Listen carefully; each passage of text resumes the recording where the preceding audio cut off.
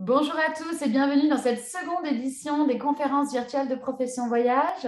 Je suis Gwendoline Duval, directrice et rédactrice en chef de Profession Voyage et je serai votre hôte aujourd'hui pour cette conférence intitulée « La reprise du voyage en 2022 ». Cette reprise, on en parle beaucoup, mais au final, dans quelle mesure vraiment le voyage reprend? Peut-on parler d'un retour à la normale, autant dans les airs que sur terre ou encore en mer? Pour en parler, j'aurai avec moi un beau panel d'invités que je vais vous présenter maintenant. Mais surtout, restez avec nous jusqu'à la fin de cette conférence puisque l'un d'entre vous pourra remporter une carte cadeau Visa d'une valeur de 500 $. Pour ceci, il faut bien sûr rester jusqu'à la fin. Alors, sans plus tarder, je vais vous présenter les invités que nous aurons avec nous aujourd'hui dans l'ordre du jour. Alors,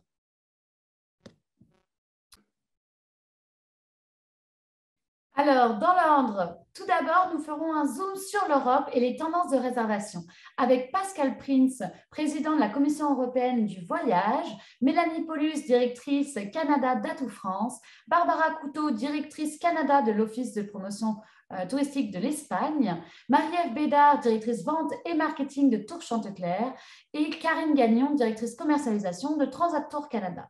Puis, nous partirons du côté des croisières avec Caroline Poulson. Et nous verrons le boom des croisières de luxe. Est-ce un mythe ou une réalité? Elle nous dira tout ça. Caroline étant la représentante de Scénic et Emerald Cruises. Puis, à la fin, nous partirons dans les airs avec Lynn Chaillet, directrice Canada de Sunwing, et Robert Trudeau, premier directeur aux ventes d'Air Canada. Tous deux nous ferons un petit peu un état des lieux de l'offre, de la demande en ce moment du côté aérien. Avec Sunwing, nous reviendrons également sur l'actualité avec cette fusion avec WestJet, mais aussi cette cyberattaque dont le voyagiste a été victime il y a quelques jours. Alors, restez avec nous. On commence tout de suite avec l'Europe.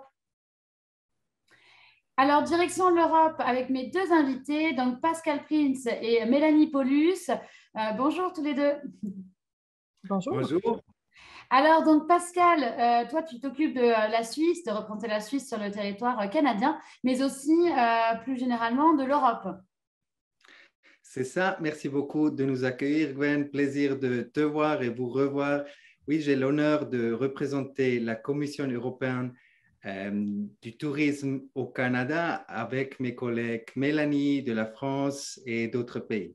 Super. Alors, avec vous deux, on va parler un petit peu de ce qui se passe en Europe.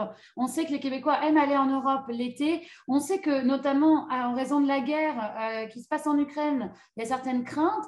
Et puis même, l'Europe n'est pas un seul pays. Il y a des restrictions ou des conditions d'entrée qui peuvent être différentes selon les pays. Donc, on va essayer d'en parler un petit peu pour outiller les professionnels et leurs clients qui nous regardent aujourd'hui. Alors, Pascal, je vais commencer avec toi pour te laisser la parole. Comment ça se passe en Europe?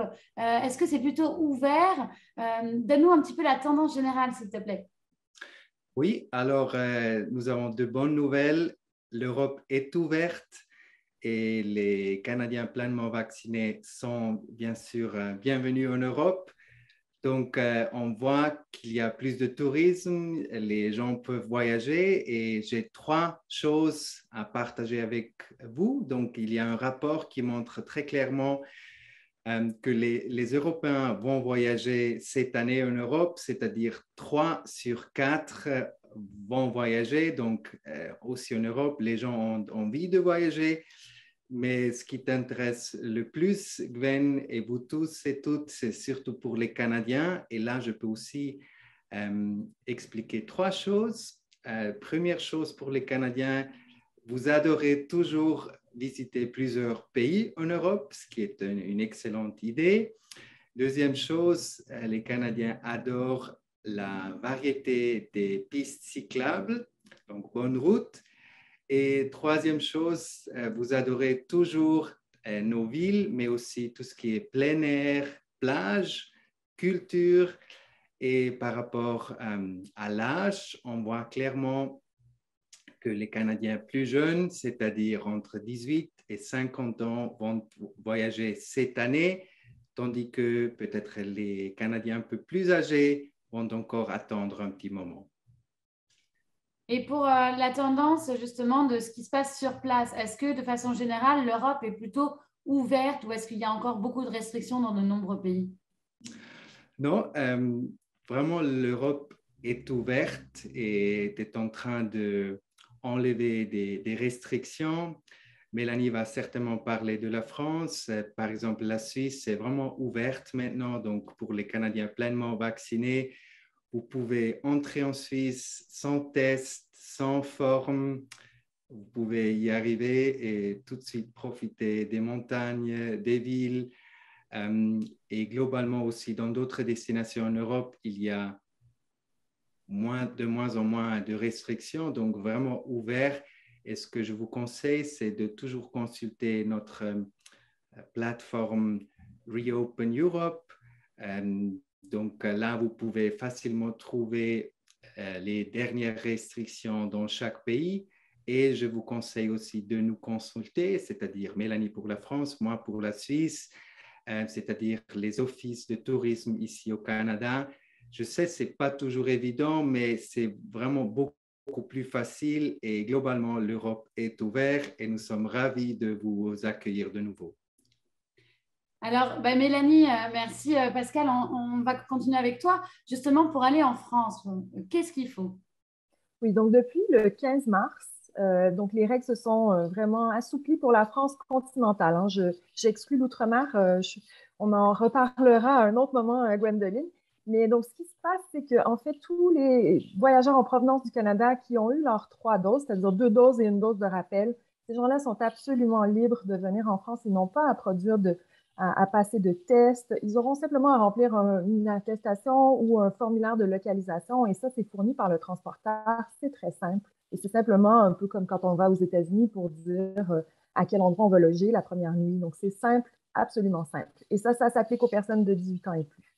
La seule exception qu'il faut connaître, et il y a beaucoup d'agences de voyage qui continuent de nous appeler parce que ça reste un peu flou, c'est si des personnes n'ont pas eu leur 3e dose, donc la dose de rappel, et que leur 2e dose remonte à plus de 9 mois. Donc là, ils sont considérés comme étant non vaccinés. Ils auraient à produire un résultat de test négatif PCR 72 heures ou 48 heures pour l'antigénique. Mais ce que je recommande aux agences de voyage, c'est de juste simplement expliquer aux clients lorsque les clients appellent en leur disant, écoutez, vous seriez beaucoup mieux de prendre une dose de rappel, comme ça, vous allez avoir l'esprit tranquille et vous pourrez voyager librement en France. Donc ça, c'est la règle. Et puis pour l'outre-mer, il y a encore une nécessité de test, mais ça, c'est disponible sur le site france.fr. Donc, il n'y a pas de souci pour les agences de voyage. Et sinon, vous me contactez. Voilà, c'est tout simple.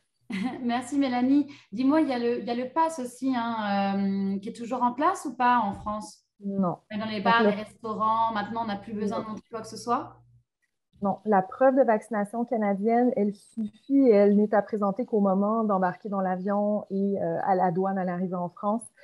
C'est tout. Et donc, il n'y a plus besoin d'aller en pharmacie pour la faire convertir. Le seul moment où on pourrait demander une preuve vaccinale canadienne, encore une fois, ce serait si vous aviez à visiter des proches dans un hôpital, ce qui est assez rare quand même. Donc, voilà, les contraintes sont minimes. Et sinon, le masque est toujours porté dans les transports publics pour l'instant et jusqu'à avis contraire. Voilà. Super. Et alors donc, pourquoi finalement l'Europe serait un bon choix? Parce que la plupart des Canadiens vont peut-être partir vers le sud parce que ça leur manque depuis 2 ans. Pourquoi aller en Europe cet été? Mélanie, tu me disais que notamment les événements reprennent en Tout à force. fait. Tout à fait. C'est ce qui est bien, c'est vraiment un été, un vrai, avec le Festival de Cannes pour démarrer en mai. Ensuite, il y aura bien entendu le Bordeaux Fête le vin qui revient donc dans cette fabuleuse ville que tout le monde adore. Il y aura aussi les Nuits de Fourvière au mois de juillet à Lyon, le Festival de Carcassonne et donc un vaste choix d'événements extérieurs avec des spectacles, des animations. Donc ça, c'est toujours aussi très agréable qu'on adore être dans cet environnement avec une architecture totalement européenne et remplie d'histoire et pouvoir profiter aussi de très, très beaux événements. Puis donc, les artistes sont de retour aussi, les artistes internationaux. Donc, ce sera vraiment un bel été. En plus, je dois le souligner, en ce moment précis, le taux de change est assez favorable pour nous, pour les Québécois. Donc, il faut en profiter. Il faut saisir l'occasion de réserver assez tôt et de pouvoir visiter l'Europe. Et puis, je voulais rappeler aussi que les croisières fluviales reprennent aussi en force et que c'est un très beau moyen de voyager en Europe Ce sont des réservations qui sont tout de même simples à faire puisque ce sont de beaux itinéraires dans plusieurs destinations à la fois. Donc, on encourage aussi les agences de voyage à vendre ce produit pour permettre un retour tout en douceur en Europe. Super, merci à toi. Pascal, comment tu pourrais compléter la réponse de Mélanie? Est-ce qu'il y a il y a des choses à savoir sur l'Europe qui pourraient nous donner encore plus envie d'y venir? Bien sûr, et ça, je sais que ça marche toujours très bien au Québec. On mange et on boit très bien en Europe, n'est-ce pas, Gwen et Mélanie? Donc, ça, c'est certainement une raison partout en Europe. Une autre raison, à mon avis, très importante, ce sont les vols. Il y a beaucoup plus de vols maintenant, c'est-à-dire Air Transat, Air Canada, Lufthansa, Suisse, toutes les compagnies aériennes ont plus de vols du Canada en Europe, c'est-à-dire ça vous donne un excellent choix, ça vous donne des excellents prix, donc profitez-en. Ensuite, en Europe, il y a beaucoup de destinations, donc c'est toujours le charme de l'Europe. Pour vous donner un exemple, Ljubljana en Slovénie a été élue comme destination, comme meilleure destination en Europe. Donc ça, c'est un conseil. Il y a Bordeaux en France et il y a Valence en Espagne qui ont été élus comme destination innovante. Pour la Suisse, je suis fier de lancer un nouveau programme qui s'appelle Swisstainable. Et l'idée est simple, le voyage responsable nous donne plus de plaisir, c'est-à-dire consommer local, profiter d'une nature authentique, voyager en train. Donc, je vous conseille d'acheter un Swiss Travel Pass. Les trains suisses sont alimentés à 90% par l'énergie renouvelable. Ensuite, on mange beaucoup de produits régionaux. Donc, je vous vraiment conseille de faire le grand tour de Suisse en train ou bien dans une Tesla. Et si vous visitez Visit Europe, il y a encore pour toutes les destinations beaucoup d'informations. Donc, merci beaucoup à vous tous et toutes de promouvoir l'Europe. Je sais, c'était un long hiver, c'était une période très difficile, mais maintenant, c'est le moment de redécouvrir l'Europe. Alors, l'Europe, on la connaît plus ou moins, mais en ce moment, il y a beaucoup de Québécois qui en ont peur en raison de la guerre en Ukraine. C'est un sujet un petit peu chaud, mais forcément un peu relié quand même au tourisme. Qu'est-ce que vous pourriez dire sur la situation? Est-ce que aujourd'hui la guerre en Ukraine impacte la Suisse, la France, impacte des pays finalement de l'Europe de l'Ouest? Comment vous pourriez un peu rassurer et décrire la situation sur place? Oui, alors tout d'abord, nous sommes tristes de voir ce conflit et nous espérons qu'il y a de la paix très, très bientôt.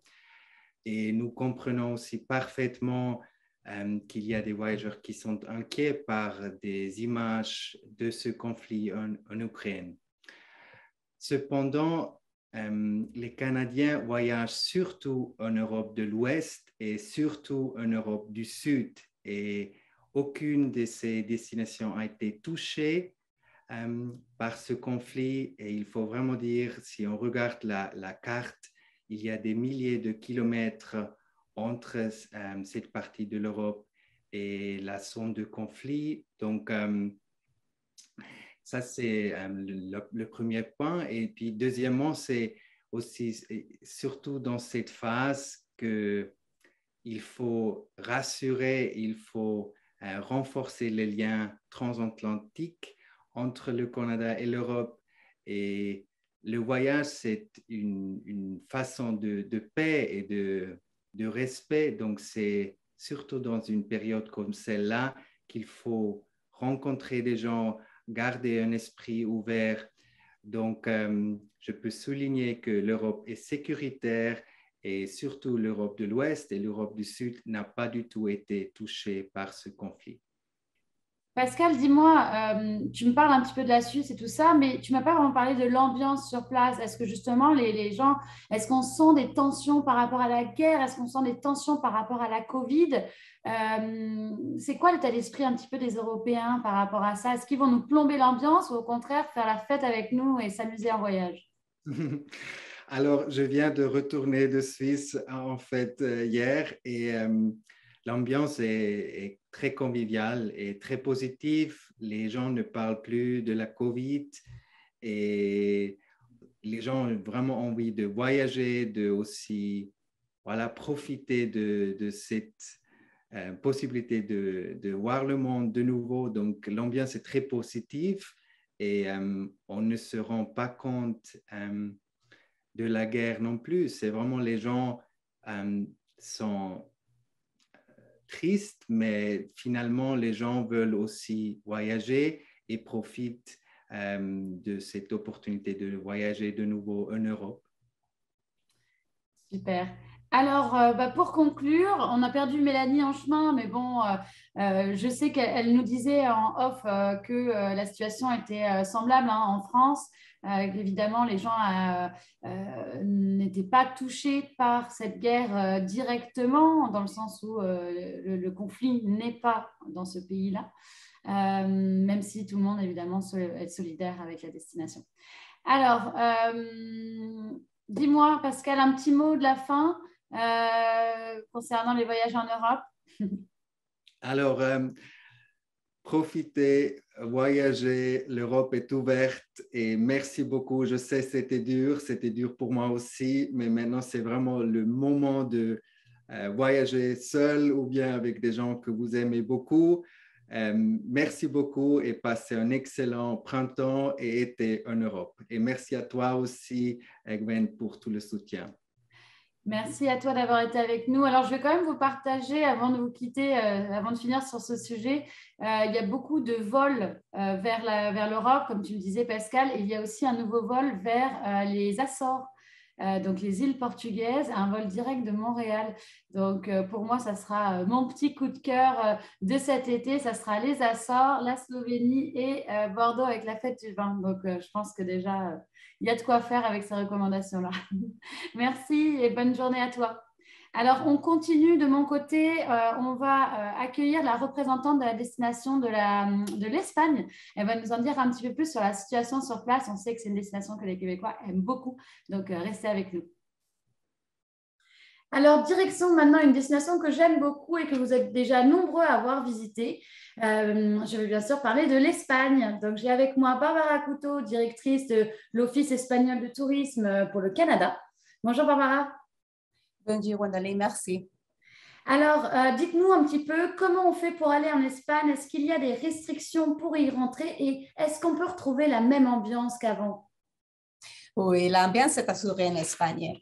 Il y a encore quelques conditions d'entrée, mais les règles se sont beaucoup simplifiées.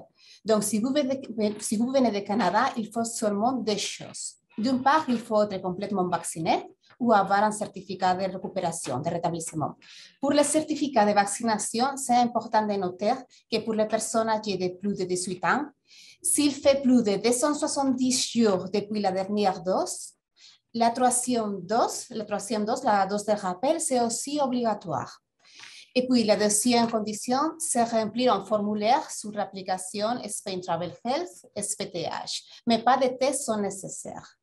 Et après, il y a aussi des conditions spéciales pour les mineurs. Donc, il faut savoir que les personnes âgées de moins de 12 ans n'ont pas besoin de documents que ce soit, seulement le formulaire. Et les personnes entre 12 et 18 ans peuvent entrer avec le certificat de vaccination comme les adultes, mais dans ce cas, il ne faut pas la dose de rappel. Ils peuvent entrer avec un certificat de rétablissement ou avec un test. En tout cas, c'est toujours une bonne idée de consulter notre microsite qui est toujours actualisé. C'est travelsafe.spain.info. Et là, on peut trouver les règles, conseils utiles et aussi les restrictions dans les différentes régions d'Espagne. Bon, merci, c'est assez complet. Donc, on le répète, donc on peut y aller avec 2 doses si la dernière dose a été faite à moins de 170 jours, c'est bien ça? 270 jours. Ouais. 270 jours. Ouais. Et alors, Barbara, comment elle est l'ambiance sur place? Est-ce que tout est ouvert? Est-ce qu'on doit porter le masque partout? Est-ce qu'il y a encore des restrictions? Est-ce qu'il y aura des événements? Comment est la vie sur place? Maintenant, tout est ouvert. En fait, c'est très récent, mais depuis le 20 avril, il ne faut plus porter la masque dans les intérieurs, dans les extérieurs. C'est seulement obligatoire pour les transports en commun et dans certains établissements comme les établissements sanitaires. Mais sinon, on n'a plus de limitation de capacité. Les restaurants sont ouverts et on peut y aller et passer un bon moment là. Qu'est-ce que vous pourriez nous conseiller justement pour cet été ou pour les mois à venir? Est-ce qu'il y a des événements particuliers? Est-ce qu'il y a des villes ou des endroits coup de cœur pour l'été? Bon, pour les événements de cette année c'est encore très important le chemin de Saint-Jacques parce que c'est une année sainte et ça va se finir cette année. Et puis pour le 2023, ça va être très important, le 50 anniversaire de la mort de Picasso, parce qu'on va avoir des célébrations partout, par toutes les villes, à Malaga surtout, que c'est sa ville natale, il va y avoir des expositions, mais aussi à Madrid et à Barcelone.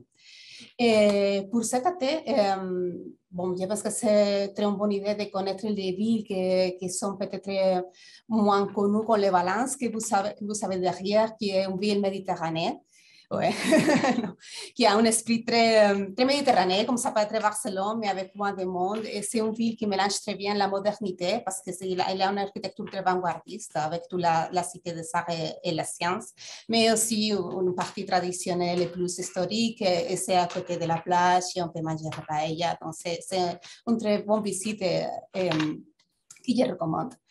Et peut-être aussi les villes patrimoine de l'humanité. On a 15 villes patrimoine partout dans l'Espagne. Donc, c'est un très beau exemple de traces de l'histoire qu'on a eu de différents lieux très bien préservés, comme les Romains à Tarragona, ou encore des autres architectures plus modernes comme les gothiques de Santiago-de-Compostelle, ou à côté de Madrid, il y a 4 villes qu'on peut visiter à moins d'une heure de Madrid, comme Toledo, Segovia ou Ávila. C'est très intéressant. Bon, il y a pas mal de choses à faire. Oui, bien sûr. Vous me disiez donc, il y a toujours la crainte de la Covid qui existe. Vous me disiez qu'il y avait certaines régions qui proposaient justement aux touristes des assurances spécifiques. Donc, au cas où ils ne sont pas assurables ici au Canada, ils ont une option, c'est ça?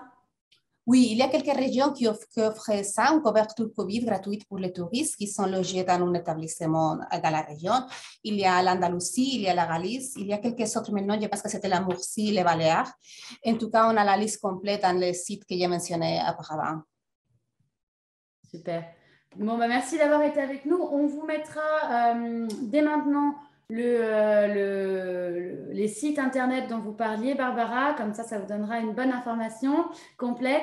Et puis, sur ce, on va passer au prochain invité. Merci beaucoup d'avoir été avec nous, Barbara. Bonne journée. Merci. Je suis de retour en Europe, évidemment, avec la Grèce derrière moi, comme tu peux le voir, Marie-Ève. Oui. Et donc, j'accueille Marie-Ève Bédard, directrice marketing de Tour Chantecler. Tour Chantecler, évidemment, l'un des voyagistes spécialisés vers l'Europe.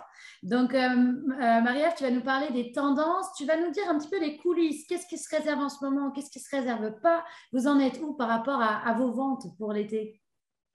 Pour les ventes cet été, on s'entend qu'avec la levée de certaines exigences, ça a aidé énormément les réservations pour l'Europe parce que bien des gens étaient encore incertains avec les tests PCR et c'est ça. Donc, plusieurs pays ont assoupli grandement leurs exigences d'entrée. Donc, ça a aidé. Mais c'est sûr que, pour les départs du printemps, la majorité n'auront pas lieu parce qu'on n'a pas eu assez de temps pour combler nos groupes. L'été, on voit quand même une reprise des ventes, mais on le voit surtout, nous, de notre côté, pour le mois de septembre. Donc, plusieurs circuits se réservent très bien en ce moment. Mais l'été également, on a quand même une belle liste de destinations qui sont des départs garantis cet été, auxquels on fait la promotion et on a décidé de prolonger également aussi les super réservétos, les réservétos, pardon, pour donner une chance aux gens qui n'ont toujours pas fait leur choix de réserver ces départs donc pour le mois de juillet et pour le mois de septembre et octobre prochain. Donc, on est content. On le sent, la reprise de semaine en semaine. Les réservations rentrent de plus en plus. Donc, on en est très heureux.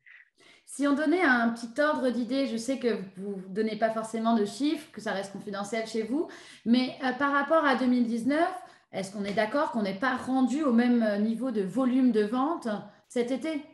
Non, c'est sûr qu'on n'est pas rendu au même niveau de vente. Toutefois, les réservations, comme je disais, vont bon train sur des destinations comme les pays scandinaves, l'Espagne, le Portugal, la Grèce. Ce sont des destinations qui sont très en demande en ce moment. Donc, les statistiques, ce serait difficile d'en donner parce que de semaine en semaine, elles évoluent. Donc, de semaine en semaine, on voit les ventes augmenter de manière considérable. Et du coup, est-ce que vous avez récupéré toute votre équipe chez Tour Chantecler pour faire face à ces réservations? Non, malheureusement. Ça, c'est un des plus gros enjeux qu'on doit faire face, comme bon nombre de gens dans l'industrie du tourisme, mais aussi dans n'importe quelle industrie. On a rappelé l'ensemble de nos employés qui travaillaient auparavant pour Chantecler. Plusieurs ont décidé de changer de domaine, de se réorienter. Donc, notre plus grand défi en ce moment, c'est vraiment de faire face à l'augmentation des réservations et d'être capable de répondre à un temps intéressant. Est-ce que tu continues d'observer plutôt des ventes, des réservations de dernière minute? Est-ce que vous vous attendez, est-ce que vous vous préparez à ça chez Tour Chantecler? Est-ce que fin juin, tout le monde dise « Attendez, moi je veux partir en Europe juillet-août ». Est-ce que c'est quelque chose que vous prévoyez? C'est un peu difficile parce que dans la réalité d'un voyagiste qui offre des groupes, on a des dates de relâche. Donc, au niveau de l'aérien, au niveau des prestations terrestres également. Donc, oui, on le voit, on le constate que les réservations se font beaucoup plus à la dernière minute parce qu'on s'entend que la période en général de réservation est entre janvier et approximativement fin mars. Donc, c'est là où les prix sont les plus intéressants avec les super réservés tôt. Mais là, on le voit, on est rendu à la fin avril et on voit l'augmentation de semaine en semaine de réservations sur l'Europe. Donc, c'est pour ça qu'on a décidé de prolonger nos dates de réservé tôt, donc super réservé tôt et réservé tôt. Donc, le réservé tôt jusqu'au 30 mai prochain, on va l'annoncer. C'est un scoop que je vous donne parce qu'on va l'annoncer officiellement à partir de la semaine prochaine. Mais ce qui arrive, c'est ça, c'est qu'on ne peut pas non plus à un moment donné, garder trop de sièges non vendus en cas qu'on ait des réservations de dernière minute parce qu'on a des frais à ce moment-là avec les fournisseurs et on le sait dans la réalité actuelle de l'industrie. Il y a beaucoup de voyagistes qui n'ont pas, que les budgets sont encore restreints. On n'a pas retrouvé la pleine rentabilité. Donc, c'est ça, il faut faire attention, mais on en est conscient. On essaie, c'est ça, par les prolongations de réservé tôt. Mais c'est sûr qu'à la fin juin, on va voir qu'il va y avoir encore probablement beaucoup de réservations pour le mois de septembre. Peut-être moins pour cet été, mais on va peut-être... Ça veut dire, si je t'écoute, que finalement, c'est ce qu'on appelle l'arrière-saison, donc la basse saison septembre-octobre, qui va vraiment boomer en termes de réservations pour les Québécois, enfin depuis le Québec, c'est ça? Mais pour nous, ce n'est pas la basse saison. Pour nous, les circuits, on a toujours eu plus de difficultés avant nos départs du printemps que les départs de l'automne. Les départs de l'automne ont toujours été beaucoup plus populaires. Et je te dirais, pour l'ensemble des voyagistes en général, sur le circuit Europe, les gens vont rechercher beaucoup l'automne parce qu'on sait que la température est encore plus idéale qu'au Québec. Les Québécois prolongent leur été en allant en Europe à l'automne.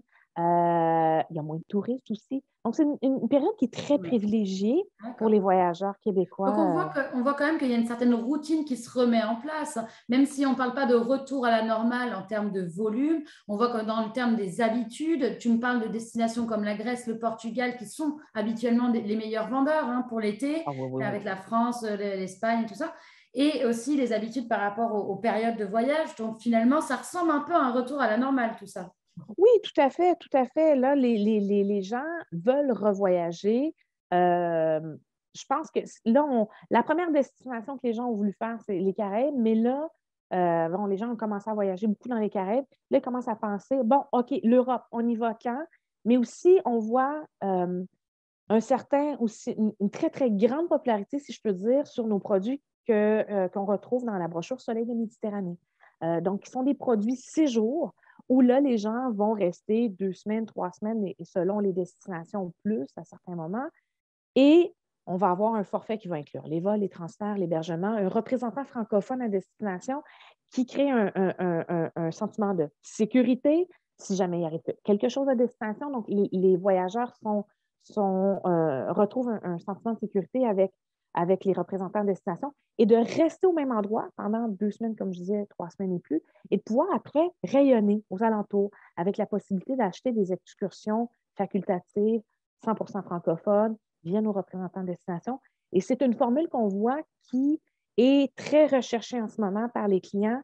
Certains se disent, peut-être cette année, peut-être pas un circuit, mais peut-être plus un séjour. Donc, l'Europe est de retour, mais en ce moment, tout ce qui est Costa del Sol, l'Algarve, l'Italie, la Croatie, la Corse, ce sont des destinations qui sont très en demande avec cette formule-là, où les gens peuvent vraiment voyager, mais en restant au même endroit, puis faire rayonner à ce moment-là alentour de leur hébergement. Bon, c'est intéressant de voir aussi que ouais. Les tendances évoluent également. Oui. Alors, dis-moi, je suis obligée de te parler de ça. J'en parle avec tous mes invités, mais bien évidemment, la guerre en Ukraine a impacté les voyagistes. Ça vous a forcé à revoir vos itinéraires, peut-être? Est-ce que tu peux nous dire en quoi vous avez été impacté par cet événement?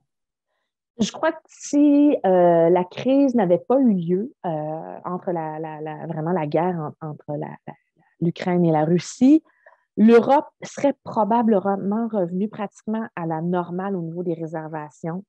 Mais ce n'est pas le cas, on va être très honnête. Destinations qui sont en demande en ce moment, bien entendu, la Grèce, comme tu disais tout à l'heure, le Portugal, l'Espagne, la France, l'Italie. Ce sont des destinations qui n'ont pas été impactées par ce conflit. Le Royaume-Uni également, la Scandinavie. Mais c'est sûr, on ne se mentira pas que tout ce qui est pays de l'Est, les gens en ce moment, et ça impacte même jusqu'à la Croatie, ont une certaine inquiétude du développement du conflit. On pourrait mettre les promotions, les propositions, offrir des départs sans dépôt. Je pense que les gens n'oseraient même pas. Il y a vraiment une grande inquiétude par rapport à ces destinations. Mais pour le reste de l'Europe, les réservations vont bon train. Donc, nous, de notre côté, bien entendu, les circuits en Russie, et les forfaits croisières qui avaient une escale en Russie, les croisiéristes ont changé leurs itinéraires. Puis nous, de notre côté, tout ce qui touchait à la Russie, on a fait un arrêt de vente. Donc, on a arrêté de les vendre par souci là, de ne pas promouvoir la destination en temps de conflit.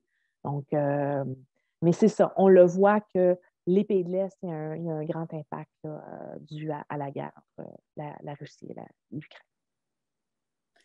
Super. Bon, merci d'avoir répondu à mes questions, d'avoir été avec nous. Alors, je vais continuer parce que maintenant, on va retrouver Karine Gagnon de Transat Tour Canada qui va aussi nous donner un petit peu les insights, les statistiques, qu'est-ce qui se réserve. Alors, j'imagine que vous allez avoir à peu près les mêmes tendances, mais reste avec nous, Marie-Ève. On va en savoir encore un peu plus dans les coulisses et les réservations pour l'Europe. Merci, Gwendoline. Bonne journée. Bonjour, Karine. Bonjour, Gwendoline. Merci de revenir pour cette deuxième édition de notre conférence. Alors, on va parler avec toi des tendances parce qu'on a parlé un petit peu avec Tour Chanteclair des types de réservations, des pays et tout ça. Mais Transat, en plus du voyagiste, c'est aussi l'aérien. Donc, j'ai vraiment envie de savoir qu'est-ce qui se passe dans les coulisses de Transat pour les réservations vers l'Europe. Génial. Donc, merci de me recevoir. C'est un plaisir d'être ici avec vous aujourd'hui. On parle un petit peu de l'Europe, comment ça se passe. Je pense que c'est un bon moment justement pour qu'on en parle au fur et à mesure où la demande reprend. Je peux peut-être commencer par te parler de notre offre essentiellement parce que je pense que ça en dit quand même long. Donc, on est à la fin du mois d'avril et Air Transat et Transat reprennent progressivement toute la programmation et les vols sur l'Europe. On a débuté cette année même un petit peu plus tôt, je te dirais, par rapport à une saison d'été traditionnelle. Depuis le début avril, on monte et on augmente la capacité. Et d'ici la fin de la semaine prochaine, on devrait avoir essentiellement pas mal tout notre programme d'Europe en opération, soit 25 destinations sur l'Europe. Donc, évidemment, cet été, on est quand même bien loin d'où on était l'été passé, hein, si on se reporte à l'été 2021, où on avait repris les opérations avec une programmation quand même très modeste, si je peux dire comme ça. Et là, cet été, on repart avec un programme et des capacités qui sont quand même pas mal plus fortes. Au pic de la saison, on aura 69 liaisons. Donc, c'est pas rien. C'est super positif. La majorité sont d'ailleurs à partir du Québec. Si on parle un petit peu de capacité de vol, je sais que ça intéresse toujours d'entendre où on se situe. Comparativement à 2019, je te dirais que sur l'Europe, on mise autour du 80 % de reprise et l'Europe reste le programme principal sur la saison d'été chez Transat. Et si on prend globalement tous les programmes, on parle de presque 90 % parce que l'Europe, mais on continue évidemment sur le Sud, les États-Unis et le domestique. Donc, c'est pas rien, c'est positif, ça se passe bien, les ventes continuent d'évoluer et de rentrer graduellement et progressivement. Justement, je t'interromps parce que là, donc, on parle d'une capacité d'offre qui est presque similaire à ce qu'il y avait avant la pandémie, mais est-ce que la demande suit? Est-ce que les gens réservent maintenant? Est-ce qu'ils attendent le dernier moment? Ouais. Je te dirais qu'en termes d'habitude de consommateurs pour les réservations actuellement, le mot d'ordre, c'est dernière minute. Donc, si on compare à 2019, les réservations se font relativement peu à l'avance.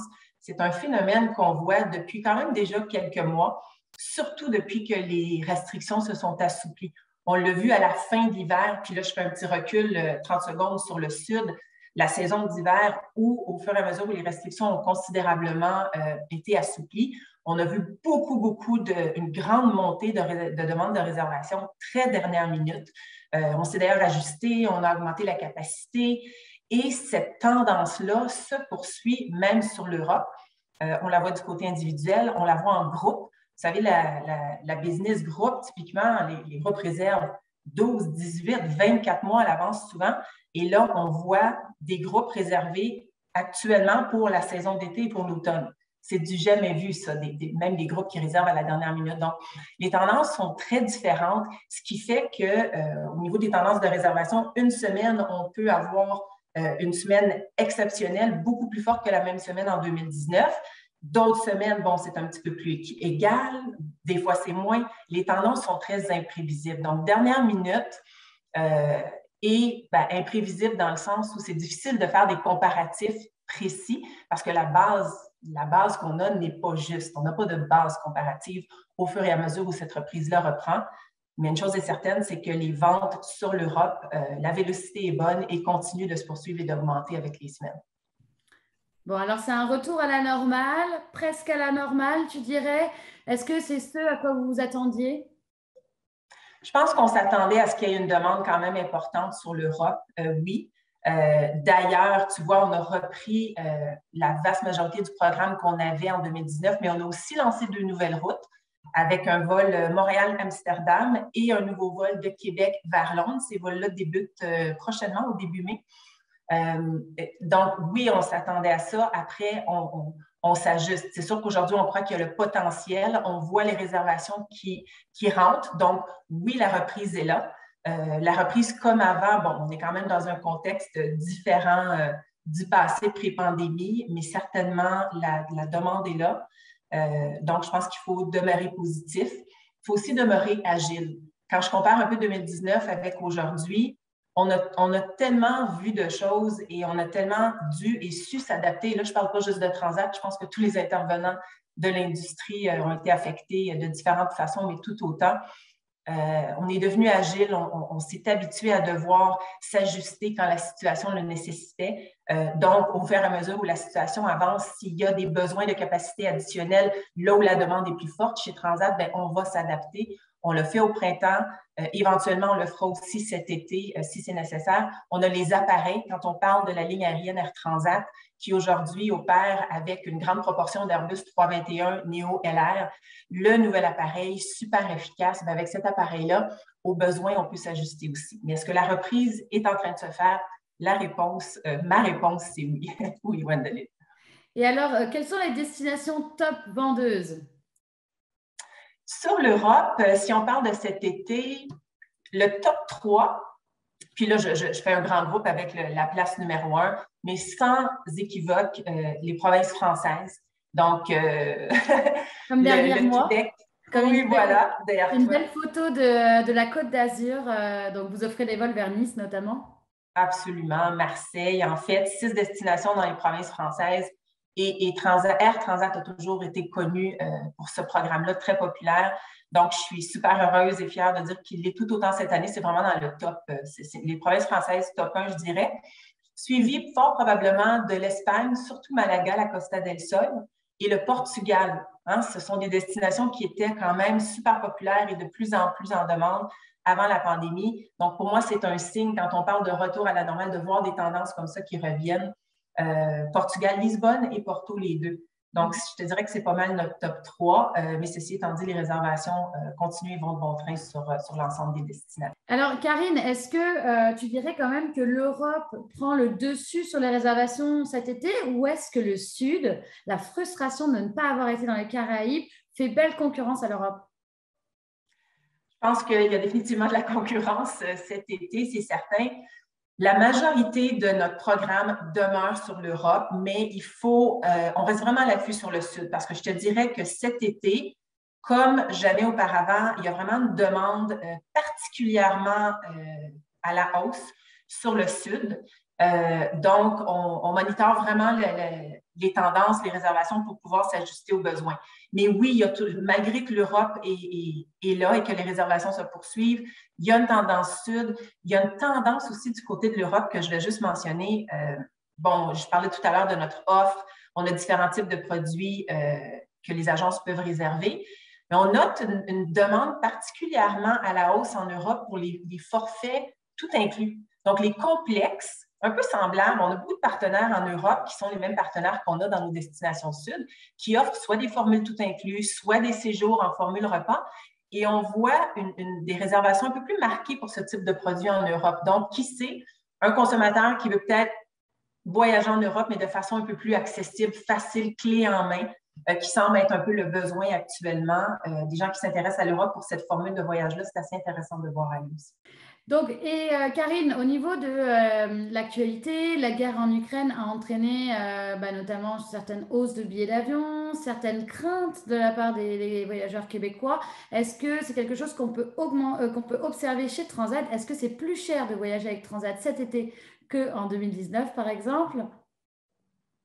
Donc, au niveau de ta question, peut-être plusieurs angles. Au niveau des impacts, si je peux commencer, du conflit de la guerre en Ukraine, bon, ce que je peux dire, c'est qu'on n'a pas vu d'impact direct sur les réservations chez Transat ou chez Air Transat. Cela dit, c'est sûr que notre programme européen est vraiment majoritairement concentré sur l'Europe de l'Ouest, un petit peu l'Europe centrale, mais l'impact sur les réservations, on n'en note pas.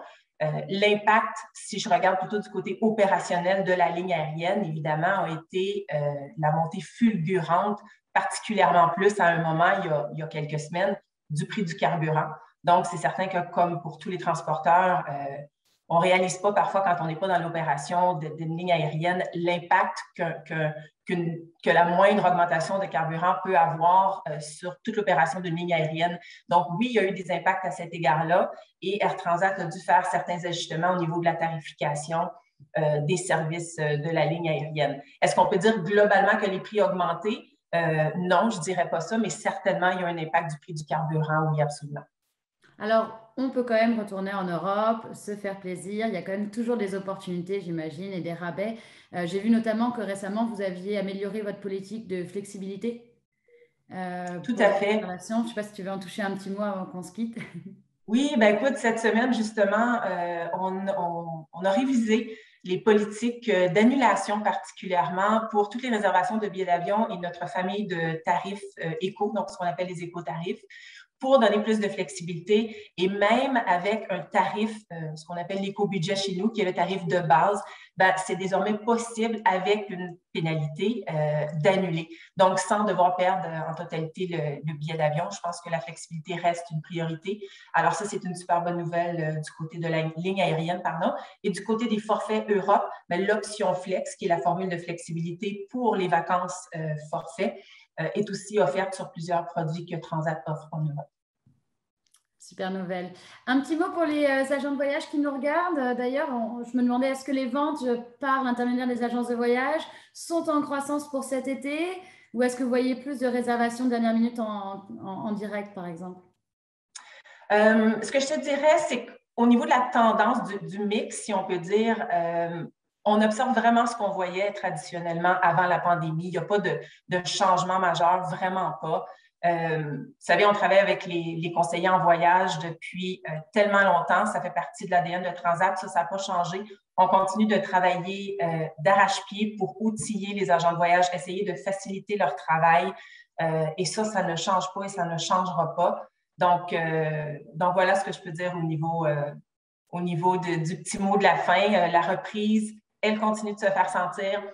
Sans doute qu'on aimerait voir les choses évoluer et s'améliorer encore plus rapidement, c'est certain, mais je pense qu'il faut aussi se poser parfois quelques secondes et penser à tout ce qu'on a accompli et tout ce qui s'est passé depuis 2 ans. Le pire est derrière nous, donc on continue à aller de l'avant. On est bel et bien dans la reprise, alors on ne lâche pas. Merci à vous tous. Merci pour ce mot de la fin positif et on vous souhaite évidemment à toi et à toute ton équipe une magnifique saison de vente. Merci d'avoir été avec nous.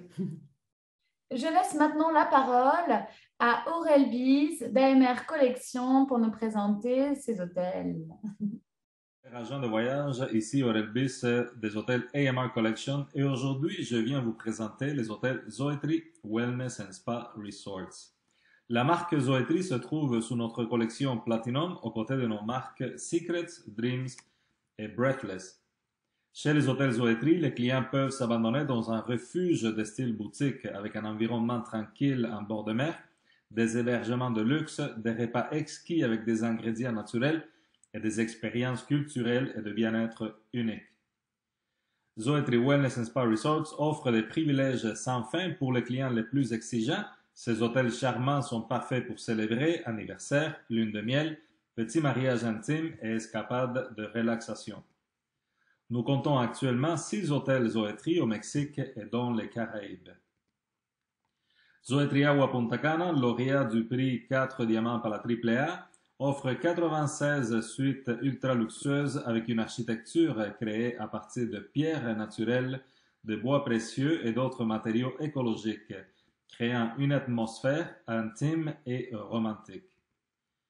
À seulement 5 minutes de la ville colorée de Willemstad, le Zoetry Curaçao offre à ses invités 72 suites luxueuses, de délicieuses expériences culinaires, une belle piscine y compris un bain à remous entouré d'un feuillage luxuriant et les clients de cet hôtel ont également accès illimité au charmant Dreams Curaçao à seulement 1 minute de marche.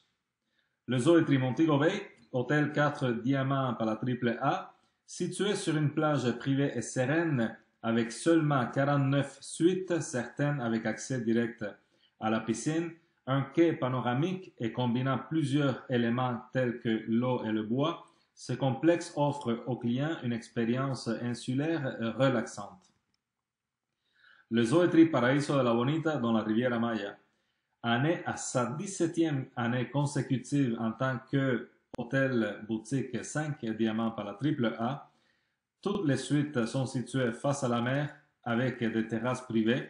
Cette belle propriété a également un décor complet et éclectique importé des 4 coins du monde, y compris de l'art original et des antiquités, une bibliothèque vintage et même des oiseaux exotiques qui se promènent dans la propriété.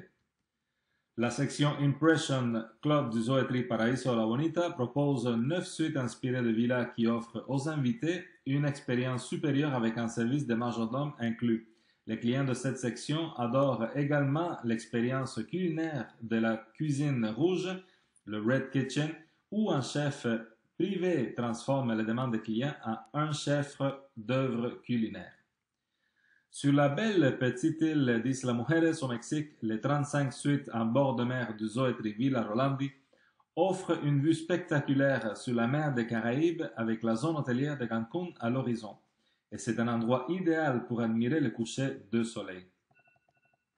Et finalement, le Zoetri Casa del Mar Los Cabos, également lauréat du prix 4 diamants par la AAA, est un hôtel de style hacienda en bord de mer avec 57 suites luxueuses entourées de 8 terrains de golf et de belles piscines donnant sur une très longue plage de sable blanc du corridor de Los Cabos. Chez AMR Collection, nous sommes heureux d'offrir aux agents de voyage plus de 60 choix différents d'hôtels. En guise de remerciement, nous avons créé une promotion pour les hôtels Zoetri. Ces hôtels offrent des produits Bulgari à nos clients et c'est pour ça que nous avons conçu une promotion unique pour vous. Les agents de voyage canadiens admissibles participeront à un tirage au sort allant de 500 à 5 000 $ de cadeaux de la marque Bulgari. Veuillez vous référer à amragents.com, le site agent, pour plus de détails sur cette promotion unique et incroyable. N'oubliez pas d'enregistrer vos réservations dans AM Rewards. Merci beaucoup de votre soutien et de votre attention. Je vous souhaite une excellente journée. Merci. Bonjour Caroline. Bonjour, ça va bien? Oui, merci d'être avec nous. Donc, Caroline, tu es directrice au développement des affaires pour le groupe Scenic, donc qui inclut Scenic Cruises et Emerald pour le Canada, pour le Québec. Exactement. Pour le Québec et l'Atlantique. Super, merci pour cette correction. Alors, on va parler ensemble justement de la croisière de luxe. On sait que les gens n'ont pas voyagé depuis longtemps, qu'ils ont envie de se faire plaisir. Et moi, j'avais un petit peu envie de creuser du côté de la croisière de luxe, comment les voyageurs réagissaient. Est-ce que justement, ils achetaient des plus longues croisières? Est-ce qu'ils investissaient encore plus d'argent sur leur prochain voyage? Et puis connaître un petit peu vos nouveautés. Dans toute cette pandémie, les croisières ont été très touchées. Est-ce que vous avez des nouveautés? Est-ce que vous avez des projets en développement? Tu vas nous en dire un petit peu plus. Alors, pour commencer, on va commencer avec les nouveautés, Caroline. Donc, pour ce qu'on a des nouveautés, c'est qu'en fait, Scenic, c'est une compagnie de croisière fluviale, qu'on la connaît sur les croisières fluviales, ainsi que Emerald. Mais ils ont vraiment pris, là, dans les 2-3 dernières années, ils ont pris un nouveau tournant. Et le tournant, c'est qu'ils ont décidé de se lancer un peu dans les croisières océaniques, mais océaniques vraiment luxueuses et une expérience intime. Donc, c'est pour ça que la première de nos nouveautés qui vient de sortir là, le 11 mars 2022, ça a été notre super Emerald Yacht qui s'appelle le Emerald Azura. Donc, c'est un super beau yacht qui va en fait naviguer un peu en Méditerranée. Il va naviguer dans l'océan Indien, Méditerranée de l'Est, de l'Ouest, l'océan Indien. Ça va aller également dans la mer Rouge et la côte Adriatique. La beauté, en fait, en plus du yacht, du Azura, c'est que c'est un yacht avec 50 cabines seulement. Donc, quand on parle d'intimité, là, c'est 100 passagers au total. Sur le yacht, 88% des cabines, ce sont des cabines là, avec balcon. Il y a une piscine jacuzzi, un superbe sky deck également. Beaucoup d'équipements aquatiques. Donc, si on veut faire du paddleboard, du kayak, il y a de la trampoline sur mer. Donc, c'est vraiment un yacht quand même là, très, très bien équipé. Donc, ça, c'est vraiment là, notre nouveau bébé qui vient à peine de sortir là, il y a quelques mois. Puis on est très excités. Il a fait son inaugural dans la mer Rouge. Puis ce qu'on est excité, c'est que comme tu sais, on parle de est-ce qu'il y a des changements? Bien, on voit des changements parce que comme c'est 50 cabines, ça se vend très bien, très vite parce que c'est pas long à vendre et ce sont quand même des itinéraires un peu assez exclusifs où est-ce qu'on emmène les gens dans des ports bien spécifiques. Donc, on va sortir le deuxième super yacht qui va être le Emerald Sakara pour février 2023. Donc, ça, c'est un peu notre première grosse nouveauté. En deuxième nouveauté, bien évidemment, depuis 2019, on a sorti aussi avec Scenic, notre super Scenic Eclipse, qui est également un yacht luxueux, où est-ce qu'on va surtout focuser, c'est un yacht luxueux, mais qui va surtout focuser sur les régions de l'Arctique et de l'Antarctique. Donc, le yacht va passer 3 mois en Antarctique, 3 mois en Arctique, et on offre des itinéraires toujours différents lors des déplacements, là, où est-ce quand il fait son repositionnement d'un bout, d'un bout à l'autre. Donc, ça aussi, c'est vraiment génial. Donc, en 2023, on va avoir notre deuxième Scenic Eclipse qui va couvrir, en fait, là, en tout, là, 54 continents. Excuse-moi, 7 continents, 54 pays. On offre 85 itinéraires, puis ce qui va couvrir comme 357 ports. Donc, avec le Scenic Eclipse 2 et le Scenic Eclipse 1, on va vraiment couvrir le globe au complet. Donc, c'est vraiment, là, tu sais, ça va être une grande variété là, de choix d'itinéraires. Fait que ça aussi, ça fait partie de nos nouveautés. Puis notre troisième nouveauté, ben, c'est que oui, il y a malgré tout ce qui se passe entre la COVID, avec la COVID et tout ça et les événements, ben, c'est certain qu'on déplace beaucoup de croisières qui étaient cédulées depuis 2020, depuis 2022. Donc, on voit un peu qu'il y a de la demande pour des plus longs séjours. Donc, avec Emerald, on a décidé d'offrir des itinéraires combinés, mais dans 2 régions complètement différentes. Donc, s'il y a un client qui décide de faire la région du sud de la France, bien, pourquoi pas qu'il ne pourrait pas faire une autre croisière et chevaucher d'une deuxième croisière puis aller faire le Portugal. Donc, ce sont des nouvelles itinéraires qu'on offre où est-ce qu'on peut combiner là, deux croisières et on les appelle, on a donné le nom de Epic Voyages pour ces nouvelles croisières-là. Donc, ça, c'est vraiment nos 3, je te dirais, là, nos 3 dernières nouveautés. Bon, ça fait beaucoup de nouveautés, tout ça. Ouais. Voilà. Alors, dis-moi, Caroline, mon intitulé, c'était le boom des croisières de luxe, mythe ou réalité. Qu'est-ce que vous observez en ce moment chez Scenic et Emerald? Est-ce que vous voyez qu'il y a une augmentation du panier moyen par client? Est-ce que vous voyez que les gens dépensent plus, réservent plus de croisières? Qu'est-ce que tu peux nous dire là-dessus? Bien, je te dirais qu'en fait, là, une chose qui est arrivée là, avec la COVID que les gens ont réalisé, là, je pense que les gens ont réalisé que la vie, elle est courte et elle est imprévue. Donc, pourquoi attendre avant de faire ou de réaliser nos rêves? Donc, ce qu'on voit, puis ce qui est arrivé depuis 2019, c'est que tous les gens qui avaient réservé les croisières pour 2020, bien, 2020 a été reporté en 2021. 2021, plusieurs ont été reportés en 2022. Donc, ce qui arrive en ce moment, c'est qu'on a une très forte demande. Donc, le rythme a extrêmement augmenté pour toutes les mêmes croisières ou plusieurs mêmes itinéraires. Donc, je te dirais que la demande, elle a extrêmement augmenté et on doit essayer de tout réussir à combiner maintenant en une seule année, les 3 dernières années qu'on a manquées. Fait que la demande, oui, je te dirais que la demande, elle est vraiment extrêmement elle est extrêmement plus forte. Je dirais aussi, quand on regarde là, ce que les gens dépensent, là, on se rend compte que comme les gens n'ont pas voyagé là, depuis les 2, au moins minimum les 2 dernières années, on voit que les gens veulent se gâter beaucoup plus. Donc oui, ils vont réserver des cabines un petit peu plus luxueuses et ils vont aussi prendre des séjours également là, un peu plus longs. Donc, on a des croisières là, de 17 jours et de 20 jours qui sont quand même en demande beaucoup parce que, tu sais, là, les gens ils se disent, bon, mais tant qu'à faire en fait un voyage un par année, ben là, tu sais, on le sait avec tout ce qui se passe, qu'est-ce qui va arriver l'année prochaine? Donc, on se rend compte que oui, les gens, je dirais que le panier moyen a également augmenté aussi.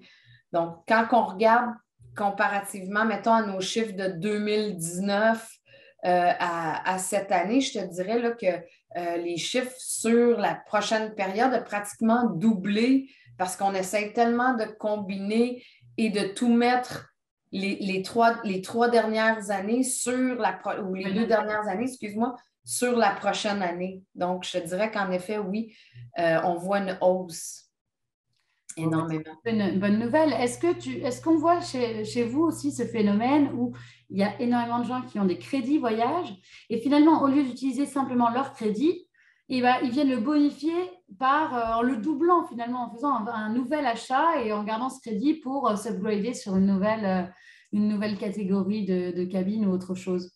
Ben, je te dirais oui, ça l'arrive parce que c'est sûr que nous, ce qu'on a fait, c'est que quand les gens cancellaient, reportaient, on offrait tous des crédits pour remettre à plus tard. Puis c'est sûr que ça, c'est de l'argent qui dort, qu'on a payé puis qu'on ne pense plus. Donc, quand il arrive le temps de refaire la nouvelle réservation, je te dirais que oui, des fois, on va dire, les clients vont dire, bon, mais tu sais, mon forfait est déjà payé, pourquoi pas, je vais m'offrir la classe à faire. Finalement, j'ai juste à rajouter 3 000 $, mon voyage est déjà payé, pourquoi pas faire le voyage en classe à faire. Donc oui, ça, c'est aussi un truc qu'on voit à quelques reprises, là. Est-ce que tu dirais, Caroline, que c'est plus facile de vendre de la croisière de luxe en ce moment, c'est-à-dire en post-pandémie, disons, qu'avant? Bien, je te dirais, je ne veux pas dire que c'est plus facile, mais un peu encore pour te ramener à ce que je te disais, c'est sûr qu'avant la pandémie, la mentalité des gens, ils se disaient souvent, là, surtout sur des croisières comme le Scenic Eclipse, l'Antarctique, souvent les gens disaient, ah, c'est sur ma bucket list. Donc, ça va vraiment être un voyage que je vais faire qui est sur ma bucket list. Maintenant, on dirait qu'avec tout ce qui s'est passé dans les dernières années, la bucket list, là, on ne veut plus la mettre trop loin, on ne veut pas l'attendre trop loin. Donc, je ne veux pas dire plus facile, mais les gens ont tendance à dire, ben, tu sais quoi, j'ai vraiment envie de faire la dépense maintenant parce que je ne sais pas, tu sais, ce qui peut nous arriver. Donc, facile, tu sais, en fait, c'est pas que c'est facile, mais je te dirais que ça nous donne une belle opportunité. Ça devient pratiquement un point de vente de dire, ah, mais tu sais, pourquoi attendre, pourquoi faire ça, pourquoi mettre ça sur votre bucket list et attendre à votre retraite ou à quoi que ce soit, parce que, tu sais, quand vous avez la chance en ce moment. Fait que je te dirais que ça devient quand même presque un point de vente. Bon, c'est vrai que tout le monde a envie de réaliser ses rêves de voyage, mais bon, il faut que les finances suivent également. Puis, en tout cas, très heureuse d'entendre ces bonnes nouvelles. Justement, les Québécois, où est-ce qu'ils vont? Qu'est-ce qu'ils réservent en ce moment chez vous? C'est quoi les destinations de luxe de croisière avec vous qui fonctionnent bien? Ben, je te dirais que si on touche les croisières fluviales en ce moment, c'est sûr que je te dirais que là, en ce moment, la France, le Portugal est vraiment assez populaire. Puis ça, c'est quelque chose qui s'en vient très contingenté. Évidemment, là, un petit peu avec ce qui se passe aujourd'hui dans le monde. Je dirais que, on fait plusieurs repositionnements. Donc, les gens ont tendance à beaucoup demander nos croisières en France, soit que ce soit sur Bordeaux, le sud de la France ou la Seine ou le Portugal. La Danube reste ça reste que c'est notre destination la plus populaire, évidemment, pour le fluvial. Mais je te dirais qu'on a vu aussi quand même une hausse, là, un peu comme je te dis là, sur l'Antarctique, dans le sens que les gens veulent aller exploiter là, vraiment ce coin-là. Mais c'est surtout, je te dirais, là, surtout dernièrement, là, dans les derniers mois, là, ça a été la France et le Portugal là, sont quand même, je te dirais, une destination très sollicitée en ce moment. Donc finalement, est-ce qu'on pourrait dire que les gens se font plaisir, mais dans des destinations qui les rassurent? Exactement, exactement. Puis, tu sais, comme là, il y a un petit peu d'incertitude en ce moment, donc c'est un peu ce qu'on constate, c'est qu'ils veulent aller dans des endroits un petit peu qui bougent, qui sont un petit peu plus tranquilles en ce moment. D'ailleurs, tu reviens toi-même d'une croisière en Europe où tu me disais que l'ambiance était très festive malgré certains événements de l'actualité qu'on pouvait totalement... Oui, en fait, moi, j'ai vraiment été éblouie de voir comment que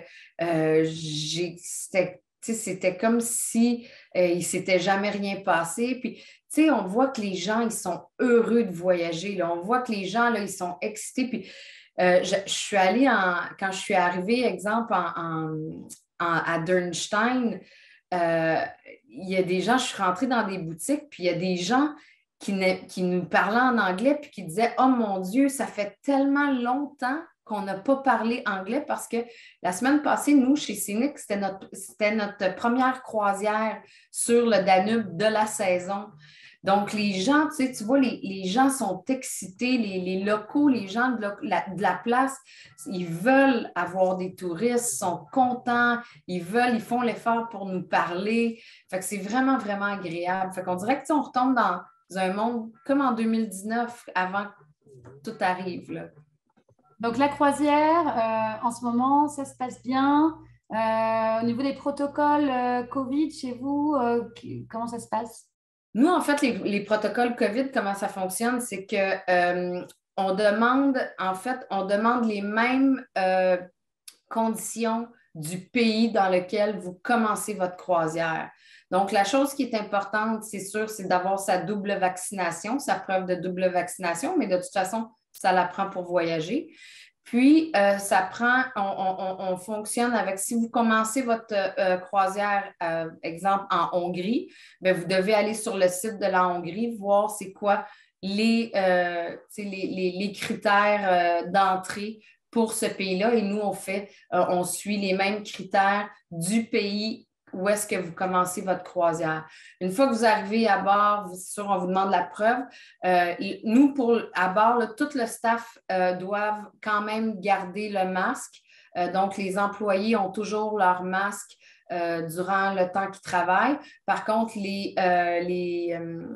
les clients n'ont pas à garder le masque. Le masque n'est pas obligatoire, il est vraiment optionnel. Il y a des gens qui le mettent, il y a d'autres gens qui ne le mettent pas du tout. Étant donné qu'en Europe, de toute façon, depuis la dernière place, je pense, c'était en Autriche que le masque est encore obligatoire jusqu'au 15 avril. Donc, je te dirais que ça se passe quand même assez très, très bien. Super. Alors, juste pour rêver, hein, pour tous ceux qui aimeraient se faire plaisir et faire une belle croisière de luxe cet été en Europe, qu'est-ce que tu pourrais nous recommander? Ça serait quoi ton petit coup de cœur? Moi, c'est comme je dis, là, le Danube, c'est vraiment... c'est la croisière qui est un peu surtout pour ceux qui n'ont jamais fait de croisière fluviale, c'est un peu le coup de cœur, c'est Budapest à Nuremberg, ou tu as aussi le Amsterdam jusqu'à Zurich, là, où est-ce qu'on fait en fait, on fait toute la région du Rhin, où est-ce que tu as tous les châteaux. Ça, c'est vraiment super magnifique. Ce qui est le fun, en fait, c'est que si les gens veulent voyager en ce moment, en 2022, c'est sûr qu'il reste encore de la disponibilité. Fait que ce que je dis, c'est qu'il y a quand même plusieurs bons rabais pour ceux qui veulent voyager encore en 2022. Mais pour ceux qui veulent attendre puis voyager en 2023, bien, c'est super bien parce qu'on a quand même plusieurs réservés tôt. Nos réservés tôt, certains réservés tôt incluent le vol à partir de 295 ou 395 là, ça dépend des types d'itinéraires qu'on choisit. Mais on a quand même plusieurs bons rabais. Donc, je te dirais, mon coup de cœur, c'est sûr, c'est le Danube. Mais si vous avez déjà fait, par contre, le Danube, j'irais vraiment au Portugal. Le Portugal, c'est vraiment une belle itinéraire, là. Puis, le Portugal, c'est comme un peu vivre 100 ans en arrière quand vous faites la croisière fluviale parce que vous arrêtez dans des villages où est-ce qu'il y a des villages que c'est 800 habitants. Là, c'est vraiment, vraiment génial à découvrir. Une petite dernière question.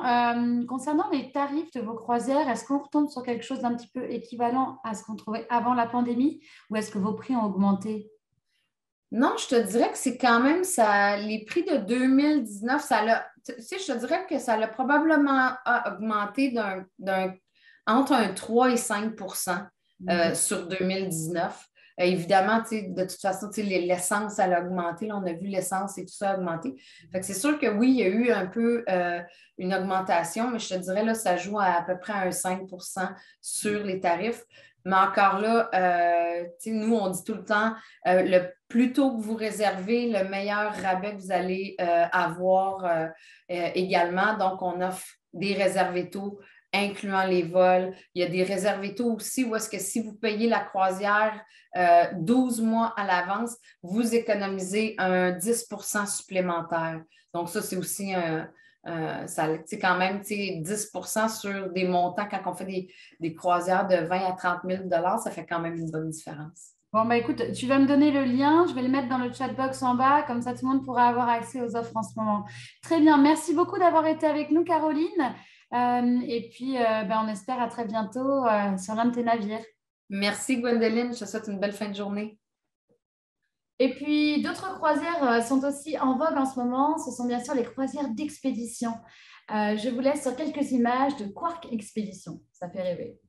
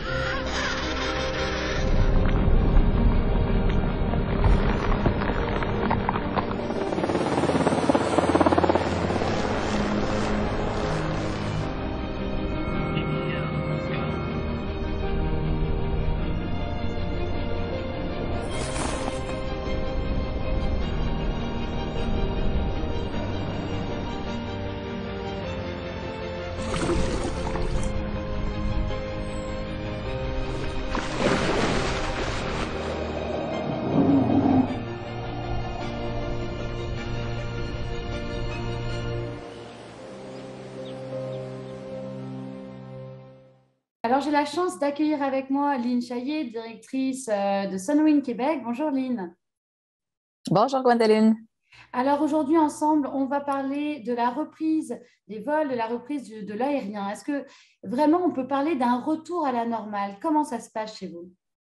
Oui, absolument. Tout d'abord, merci beaucoup de me recevoir. Ça me fait un grand plaisir d'être ici aujourd'hui, répondre aux différentes questions. Je dirais en fait que depuis la levée des restrictions, effectivement, on a vu un retour à la normale. Alors, je pense que tous les gens qui, pendant 2 ans, n'ont pas voyagé parce qu'ils ont suivi soit ce que le gouvernement, dans le fond, disait de ne pas voyager, les voyages non essentiels, etc. Là, je pense vraiment qu'ils se reprennent. Et depuis mars, là, on voit vraiment une tendance à la hausse, autant pour ce qui reste de ce que nous, on appelle l'hiver, donc qui finit le 30 avril pour nous, que pour l'été. Et même déjà, la demande est entamée pour l'automne et l'hiver prochain, entre autres des réservations de groupes, demandes de groupes, mais aussi même à l'individuel. Alors, la reprise, elle est clairement, on la sent, elle est clairement là. Et alors, pour être concret, votre offre pour la fin de cet hiver et pour l'hiver prochain, est-ce qu'elle est similaire à ce que vous offriez avant la pandémie? Pour ce qui reste, 2 semaines, en fait, qui reste là, malheureusement, comme l'hiver avec le 15 décembre, Omicron, les annulations, tout ça, c'est sûr qu'on a dû diminuer notre capacité. Donc, on a quand même consolidé et annulé plusieurs vols. C'est sûr que notre capacité pour mars-avril était à la baisse si je compare avec 2019-2020. Par contre, pour cet été, c'est capacité similaire à ce qu'on avait déjà à l'été 2019, par exemple. Alors, des départs de Montréal, des départs de Québec, des destinations comme évidemment le Mexique, la République, Cuba, la Jamaïque, Saint-Martin, etc. Donc, on a vraiment une offre qui est similaire et la bonne nouvelle, c'est que nos ventes sont en avance. Alors, si je compare nos ventes pour cet été versus 2019, nos ventes sont à la hausse. Alors, donc, on voit que clairement, la demande, elle est là. Et on a aussi pour 2019-2020, on a le même nombre d'appareils donc qu'on avait en 2019-2020, ce qui veut dire que la même capacité qui est déjà déployée. Et pour l'hiver prochain, on prévoit donc des vols au départ de Montréal, de Québec et de Bagotville aussi. Super. Alors, il y a un petit mythe qui dit que les voyageurs vont se faire plaisir après la pandémie. C'est peut-être leur premier voyage depuis 2 ans. Alors, est-ce que chez Sunwing, vous avez observé justement une augmentation du panier moyen par client? Est-ce que les gens dépensent plus pour voyager et est-ce qu'ils changent leurs habitudes pour leur prochain voyage? Oui, c'est une bonne question, en fait, parce qu'on a tellement entendu parler que les gens se sont gâtés ici au Québec, qu'ils ont acheté une piscine, un vélo, peu importe, rénové leur maison, qu'on aurait pu penser que justement le budget discrétionnaire voyage était moins disponible. Mais honnêtement, ce n'est pas ce qu'on voit actuellement.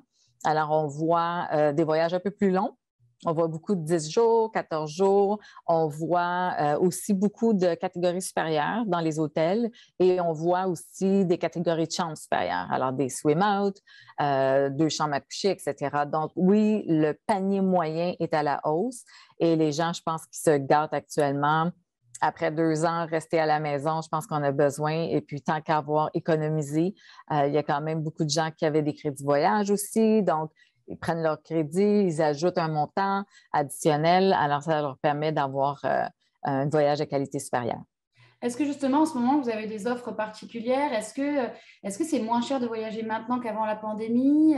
On en est où un peu avec les prix, justement? Malheureusement, je dirais à cause du coût du carburant, les prix sont légèrement supérieurs à ce qu'on avait en 2019-2020. Les prix d'hôtel aussi ont légèrement augmenté parce que dans certaines destinations, les hôteliers, surtout avec la clientèle américaine, et on voit aussi pour cet été beaucoup plus de demandes de l'Europe aussi vers les destinations soleil. Alors, les hôteliers aussi ont quand même un taux d'occupation assez élevé. Donc, on voit que les tarifs hôteliers augmentent aussi légèrement.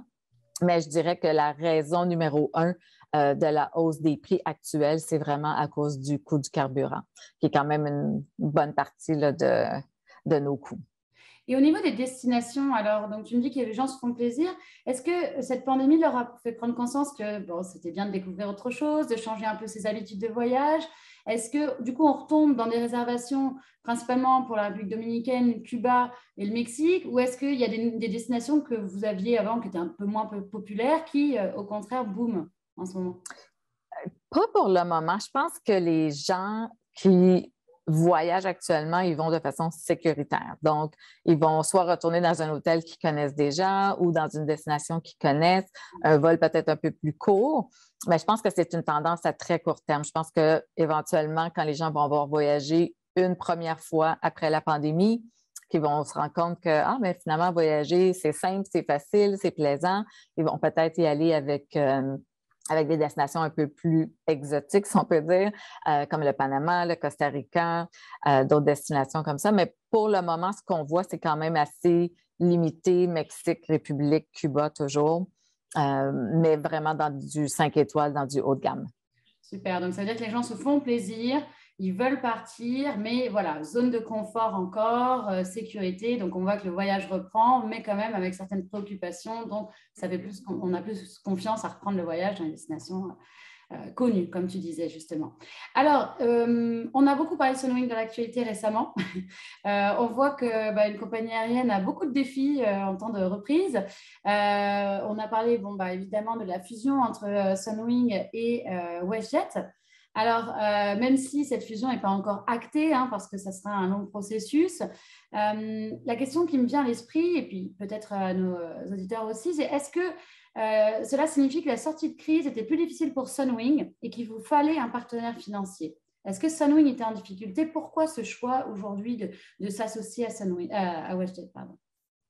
En fait, je vais l'expliquer de 2 façons. Premièrement, en termes financiers, je pense que j'aimerais rappeler aux auditeurs que Sunwing a toujours été une compagnie très saine financièrement parce qu'on est verticalement intégré, parce qu'on a 5 divisions.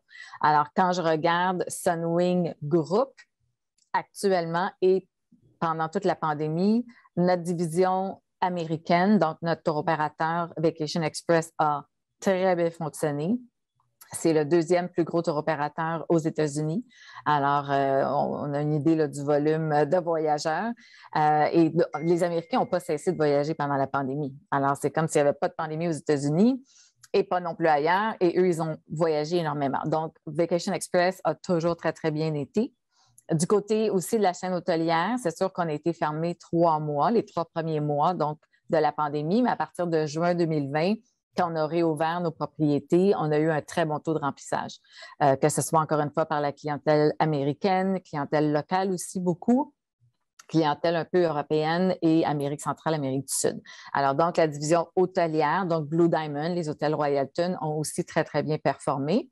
On a même ouvert un hôtel pendant la pandémie, n'ayant peur de rien. Donc, le Planet Hollywood du côté de Cancun, hôtel de plus de 1000 chambres et succès total. Donc, on a eu un taux de remplissage phénoménal là, pendant toute cette année d'ouverture. Donc, on a ouvert en janvier 2021. Alors, vraiment, ça va super bien. On a aussi Nexus, donc notre tour opérateur local dans toutes nos destinations qui offre évidemment un service de représentation, les transferts, les excursions. Donc, eux aussi, graduellement, avec la reprise de Vacation Express, ça va bien aussi. Alors, c'est vraiment plus au Canada qu'on a eu les fameuses montagnes russes. Opération sensation. Du coup, donc, je vois que ça va bien pour le groupe au complet, on va dire, de façon générale. Alors, qu'est-ce qui a poussé ces motivations à vendre à WestJet? Est-ce que c'était déjà des négociations qui avaient été entamées avant la pandémie? Honnêtement, moi, j'ai été surprise. Alors, j'aimerais bien comprendre un peu finalement pourquoi. En fait, l'idée derrière, c'est vraiment une idée de croissance. Alors, si Sunwing veut continuer à croître, on a besoin évidemment de beaucoup plus d'appareils, on a beaucoup besoin de déployer plus de capacités. Alors, cette transaction-là, c'est une transaction parfaite dans le sens que c'est très complémentaire. Alors, on parle de WestJet qui est beaucoup plus une ligne aérienne avec plus de 180 appareils. 95% de leurs ventes sont des vols secs, 5% forfait. Alors que nous, Sunwing, on est vraiment plus réputé et connu comme un tour opérateur. Donc, on vend 95% de nos ventes en forfait, 5% seulement en vol sec. Alors, la fusion de ces deux entreprises-là va faire en sorte qu'on va être beaucoup plus, en fait, de capacité. Là, on va être beaucoup plus gros, évidemment. Ici, au Québec, c'est génial. Bon, évidemment, ils ne sont pas vraiment présents. Alors, c'est sûr que ça va nous permettre d'amener donc une flotte ici au Québec, de pouvoir déployer plus de capacités, plus de destinations, peut-être plus de destinations vers les États-Unis. On ne le sait pas encore. C'est sûr que, bon, la transaction, comme tu l'as mentionné, elle est loin d'être complétée. Il faut que le Bureau de la compétition analyse cette transaction-là. Mais c'est sûr que de façon générale, quand on analyse la composition des deux compagnies et la complémentarité, c'est une transaction qui serait absolument exceptionnelle. Alors justement, c'est quoi les prochaines étapes? Quand est-ce qu'on peut s'attendre à avoir une réponse, à aller de l'avant avec cette fusion? Malheureusement, on n'a pas de délai. Alors, si je regarde, exemple, la transaction Air Canada, Air Transat, on a quand même attendu 2 ans avant d'avoir une décision. Nous, on ne pense pas que ça va être aussi long. Parce qu'évidemment, il n'y a pas de comité européen, c'est vraiment que le Bureau de la compétition ici au Canada. On espère qu'en moins de 12 mois, donc on a fait l'annonce le 1er mars, alors on espère qu'en moins de 12 mois, on aura la réponse et on l'espère évidemment favorable, mais malheureusement, on n'a pas de délai aujourd'hui. Alors pour nous, la réalité aujourd'hui, c'est on est business as usual. Alors c'est vraiment Sunwing, on vend du Sunwing, on a notre flotte Sunwing, c'est ce qu'on a prévu pour 2022-2023. Et au moment où la transaction sera approuvée, on pourra aller de l'avant, mais pour le moment, c'est business as usual. Qu'est-ce que ça pourrait changer, cette fusion pour les conseillers en voyage? Pour les conseillers, je pense que ce qui va être génial, c'est l'offre. Alors, on peut juste voir de la croissance, donc plus d'offres pour les agents. Comme vous le savez, on a fait l'annonce. Donc, l'idée derrière cette transaction, c'est qu'il y aura un nouveau tour opérateur qui va être créé, qui va englober Vacances WestJet et Vacances Sunwing. C'est notre président actuel, M. Stephen Hunter, qui va être président de ce nouveau tour opérateur-là. Alors, pour les agents, ça peut juste ouvrir plus de portes, plus de possibilités pour leurs clients. Super. Écoute, j'ai oublié de te toucher un petit mot sur cette cyberattaque dont vous avez été victime ces derniers jours. Ça a fait l'actualité, évidemment. On sait que ça peut arriver à tout le monde. Est-ce que tu peux nous en dire un petit mot? Comment ça va chez vous maintenant? Ça va beaucoup mieux. Alors, en fait, c'est un fournisseur de services chez nous, donc en tierce partie, qui a été malheureusement victime d'une cyberattaque. Tu l'as mentionné, ça peut arriver à n'importe qui. Ici au Québec, on a vu Desjardins, puis on n'a pas les nommés, qui ont été victimes aussi. Donc, c'est très malheureux pour nos consommateurs, évidemment. Et puis, pour nous aussi. Alors, on a travaillé vraiment d'arrache-pied depuis la semaine passée. La bonne nouvelle, c'est qu'à partir d'aujourd'hui, tous nos vols reprennent à la normale. Donc, on va pouvoir opérer normalement, retourner avec tous nos programmes informatisés parce que c'est sûr qu'actuellement, donc, tout le processus d'enregistrement et d'embarquement se faisait manuellement, ce qui a évidemment occasionné des délais. Mais je pense que ce qu'il faut retenir de tout ça, c'est qu'on a fait tout en notre possible pour s'assurer que nos passagers soient bien pris en charge, que ce soit à destination, leur trouver un hôtel, s'assurer des transferts. Ici, évidemment, au Canada, aussi, leur offrir une chambre aux besoins, les coupons, évidemment, repas, les coupons de taxi. Il y aura des compensations, évidemment, qui sont offertes. Donc, on est régi par Transport Canada. Donc, on a vraiment fait tout ce qu'on pouvait à tous les jours au quotidien, toute l'équipe, pour s'assurer que nos passagers soient en santé, soient en sécurité, soient pris en charge. Et évidemment, je voudrais profiter de cette occasion quand même pour nous excuser, même si on est victime. C'est jamais plaisant d'avoir à offrir une expérience comme ça client. C'est pas ce qu'on souhaite. On veut vraiment que nos vacances sous nos ailes soient toujours parfaites. Alors, on veut vraiment s'excuser auprès de nos consommateurs et des agents de voyage aussi qui ont dû répondre à leurs clients à certaines occasions de ces inconvénients. Mais comme je disais, la bonne nouvelle, c'est derrière nous. Et puis, à partir de maintenant, on reprend nos opérations normales et on s'assure de faire une expérience de qualité. Super. On a un peu l'impression que la vie s'acharne contre les compagnies aériennes récemment. Il y a quand même beaucoup de défis, mais heureusement, il y a aussi des bonnes nouvelles. Il y a quelques semaines, vous avez annoncé un nouveau portail pour les agents de voyage. Alors, je voudrais qu'on se quitte sur cette note positive. Justement, qu'est-ce que vous avez amélioré comme interface avec les agents? Oui, merci de cette opportunité parce qu'effectivement, on a mis beaucoup de travail à revoir notre portail agent. C'est un portail qui était déjà, en effet, déjà disponible. Oui. Mais on a voulu vraiment prendre l'opportunité pendant la pandémie de faire un peu plus de recherche, discuter avec les agents, faire des focus groups, voir ce qui manquait, ce qu'ils auraient aimé et aussi revoir le portail pour le simplifier. Donc, le rendre très facile d'usage et avoir vraiment... Nous, ce qu'on veut, c'est que ce soit de la référence. Alors, je suis un agent de voyage, je cherche quoi que ce soit, je suis sur Sunwing, je vais sur le portail agent, je peux y aller pour voir mon programme Star, notre programme de fidélité, je peux y aller pour avoir toutes les informations sur les groupes, que ce soit cotation instantanée, que ce soit les destinations, les hôtels pour les mariages, pour les familles. Donc, on a fait un gros travail pour vraiment aller simplifier la recherche pour les agents quand ils veulent réserver un groupe avec nous. On a aussi, évidemment, toutes les informations, que ce soit foire aux questions, webinaires, les flyers aussi qui sont personnalisables, que les agents peuvent adapter, mettre leur logo, leurs coordonnées, envoyer ça à leurs clients, mettre ça sur leurs réseaux sociaux. Et concrètement, qu'est-ce qui a changé en plus alors qu'il n'y avait pas avant? Est-ce qu'il y avait une chose à mettre en avant, ça serait laquelle? La section groupe. Okay. Alors, la section groupe a été bonifiée. On a vraiment revu de fond en comble et le guide groupe qu'on publiait avant, qui était vraiment imprimé, qu'on remettait lors de nos lancements de produits, est maintenant digital et disponible dans la section des groupes.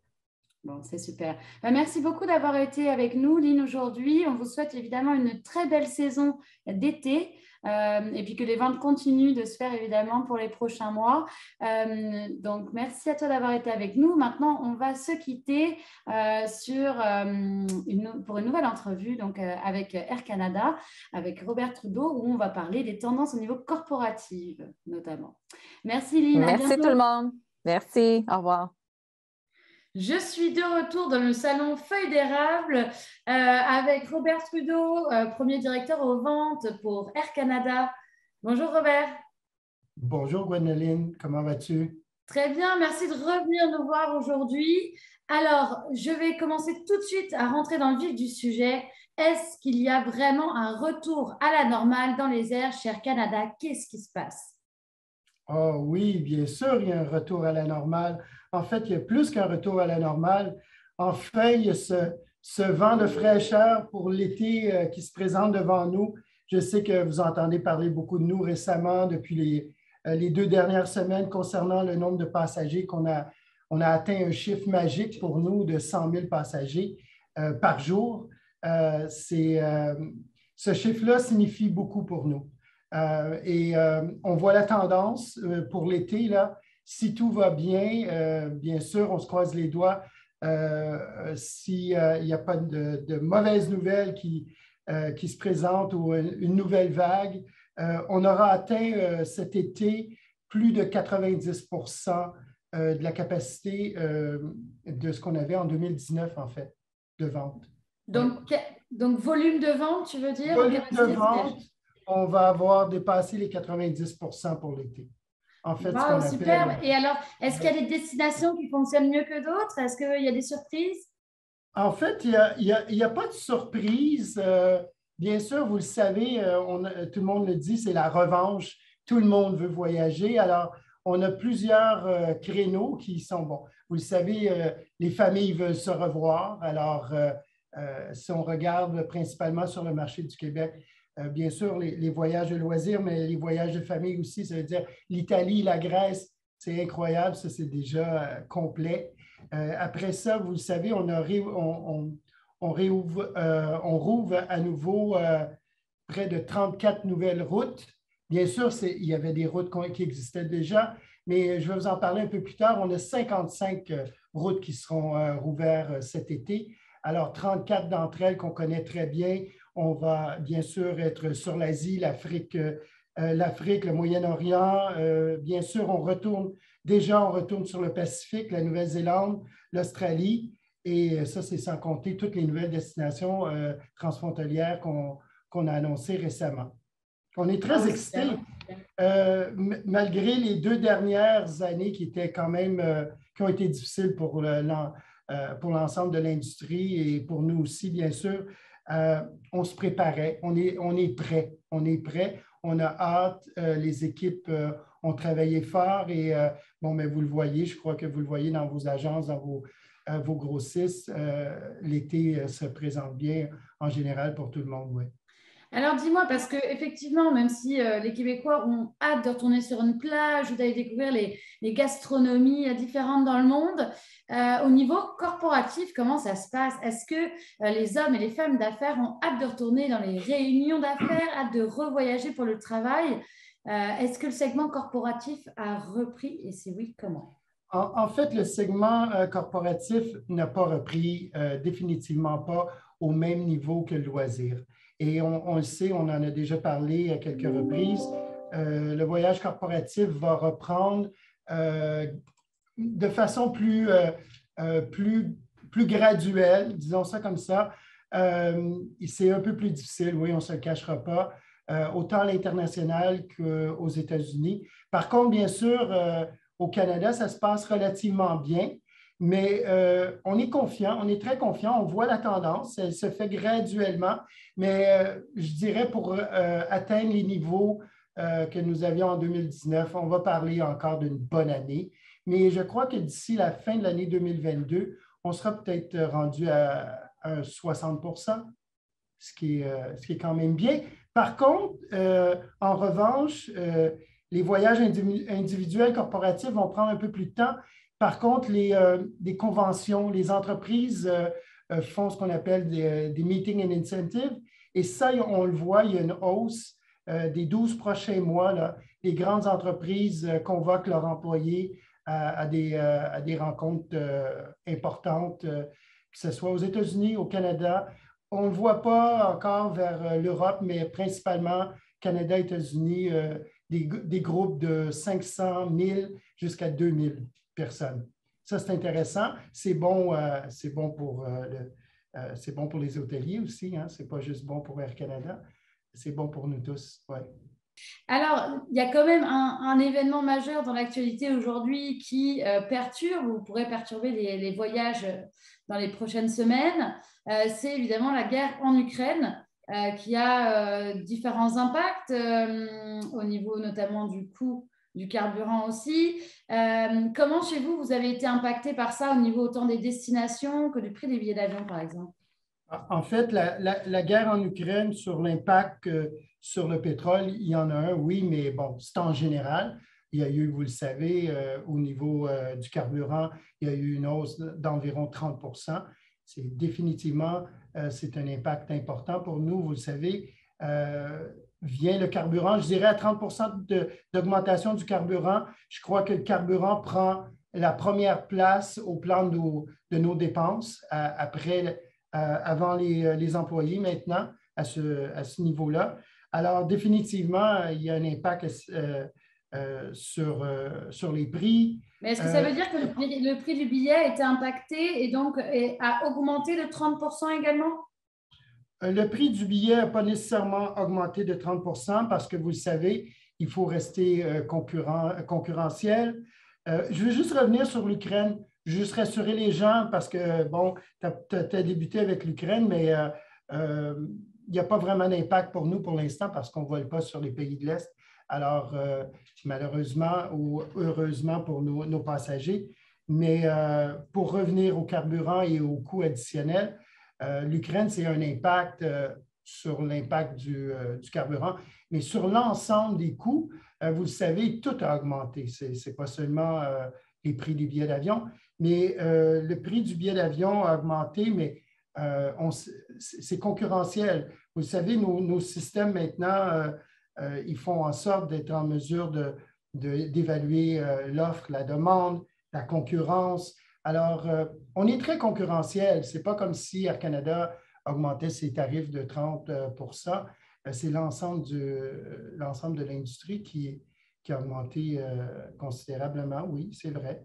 Mais bon, alors, est-ce qu'on peut dire, Robert, qu'il y a aussi un travel revenge du côté des compagnies aériennes qui aujourd'hui se vengent sur les passagers et puis répercutent tous les coûts et tous les manques? Non, mais vous le savez, on peut donner d'autres exemples. C'est pas, non, le travel revenge, il se passe plus auprès des passagers qui ont tellement envie de revoyager. Mais nous, on vit aussi avec d'autres problématiques d'avoir les flottes adéquates pour servir cette nouvelle demande-là. Parce que cet été, si on revient aux chiffres de 2019, on devait recevoir, je ne sais pas si vous vous souvenez, mais on devait recevoir de nouveaux appareils en 2018, 2019, 2020, jusqu'à 2024. Alors, on ne les a pas tous reçus encore, nos appareils. Alors, ça aussi, il va y avoir un impact là. Mais non, soyez assurés que nous serons très compétitifs et la raison pour laquelle le prix peut augmenter, il y a plusieurs facteurs pour lesquels le prix peut augmenter et ce n'est pas nécessairement relié au carburant. Ça peut être relié à plusieurs autres facteurs. Et rappelez-vous, les salaires augmentent pour les gens, les coûts à destination augmentent aussi pour nous, nos fournisseurs augmentent leurs coûts. Entretenir l'avion pour être justement sécuritaire au niveau de la COVID, ça a augmenté les coûts, ça, depuis les 2 dernières années. Alors, il y a plusieurs éléments qui font que les coûts ont augmenté, mais d'ailleurs, j'ai entendu, oui. Je te coupe, Robert, j'ai entendu dire que, alors je ne sais pas si c'est vrai, j'ai entendu dire qu'il y avait beaucoup d'aéroports qui avaient justement énormément augmenté les taxes d'aéroport. Bien sûr qu'il y a des aéroports qui ont augmenté leurs coûts d'opération. Forcément, ceux qui en payent le prix, c'est les compagnies aériennes et par la suite, le passager. Mais c'est difficile de pouvoir mettre le doigt sur la chose qui fait que les tarifs ont augmenté de façon considérable, mais tout a augmenté de façon considérable. Regardez vos maisons, nos appartements, les voitures. Donc, quel serait ton message peut-être pour ceux qui pensent que c'est trop cher de voyager ou qui voient des prix des billets d'avion qui effreinent un petit peu? Là, je vais dire une note plus personnelle. C'est jamais trop cher de voyager quand on aime voyager, vous le savez. Bien sûr qu'il y en a pour tous les budgets. Je crois que c'est comme ça qu'il faut le voir. Il y aura peut-être des destinations plus abordables que d'autres.